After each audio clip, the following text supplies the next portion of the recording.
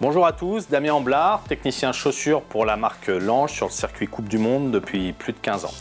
Dans cette vidéo, je vais vous montrer de quelle façon on peut adapter les chaussures Lange World Cup de la gamme Z.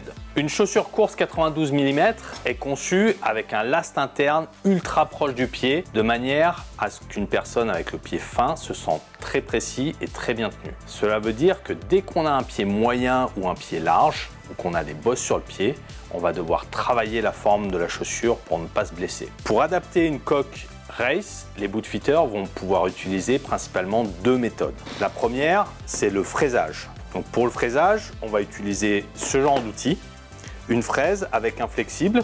On va avoir différentes fraises pour fraiser à différents endroits et en fonction des préférences de chaque bootfitter. Et donc, on va venir positionner notre chaussure sur un écarteur. On peut préalablement démonter le collier, ce qui facilite un petit peu l'accès à la chaussure. On va marquer avec le pied de l'athlète à l'intérieur de la coque l'endroit précis à fraiser et on va venir fraiser notre coque, c'est-à-dire enlever de la matière. L'idée de fraiser, c'est en fait de sculpter à l'intérieur du plastique la forme du pied de l'athlète. L'avantage du fraisage, c'est que c'est une technique qui est très précise, qui est très stable dans le temps. Ça ne va pas revenir. Par contre, c'est une technique qui est irréversible. Il y a certains endroits sur la chaussure course où le plastique va être un petit peu plus fin et à ce moment-là, on ne pourra pas fraiser. Ou alors, dans certains cas, on a déjà fraisé une bonne partie du plastique, du coup, on n'a plus assez d'épaisseur et on ne pourra pas enlever encore plus de matière. À ce moment-là, on va utiliser la déformation. Alors pour faire une déformation sur une chaussure de race, on va d'abord positionner notre chaussure sur un stabilisateur qui nous permet de surtout pas voiler la chaussure.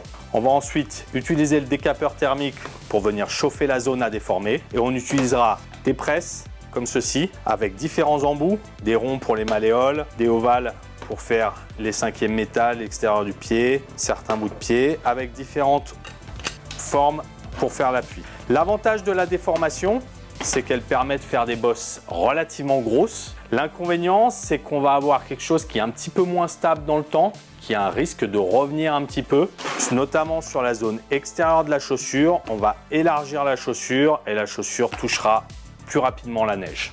En plus du travail sur la coque, il est également possible de changer de chausson pour un chausson injecté. Donc le chausson injecté a été développé par Lange. Il est utilisé par une bonne partie de nos athlètes.